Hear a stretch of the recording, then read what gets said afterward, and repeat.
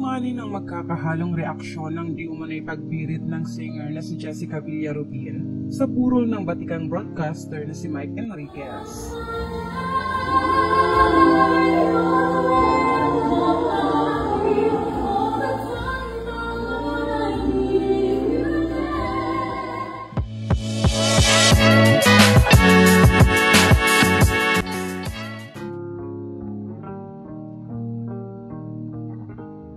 Nagkaroon ng GMA Night sa pangalawang gabi ng lamay para kay Mike, kung saan isa sa mga naghandog ng awit ay ang queendom ng All Out Sundays na binubuo ng all-female crew na sina Julian San Jose, Rita Daniela, Marian Osabel, Thea Ashley, Hannah Priscilas at Jessica Villarubin.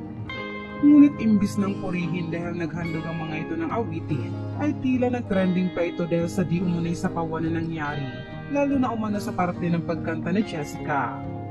Inawit ng queendom ang sikat na awitin ni Gary B. na lead role at natugmang kay Jessica ay binigay ang pangalawang chorus ng kanta kung saan ay medyo pataas na ang tono.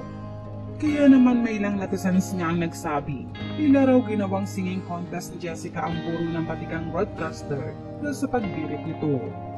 Ayon din sa ilan, sana raw ay nakiramdam man lang umano si Jessica sa mga kasama nito na sina Julian, Rita at iba pa upang mas naging solemn ang kanilang pag-awit.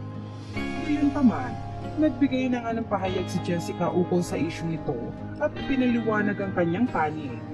Ani Jessica, ikinagulat niya raw nang malamang trending ang pagkanta nila ng Leave Me Lord sa burol ni Mike, ngunit para sa kanya raw ay isang parangalan ang makapag-awit sa huling mga araw ng broadcaster. Dagdag pa niya, sana raw ay wag nang bigyan ng iba pang kahulugan ang paraan nila ng pag-awit ng oras na yun dahil ayon sa kanya ay buong puso niya raw kinanta ang parte na ibinigay sa kanya. Pinaghandaan na rin umano nila ito at pre-practice bago ang mismong araw. Samantala, hati nga ang naging reaksyon ng mga netizens tungkol dito kung saan may ilan na ipinagtanggol siya, ngunit may ilan din na hindi pa rin nagustuhan ng di umunoy pananapaw niya sa ibang mga kasama. Narito ang ilan sa kanilang mga komento.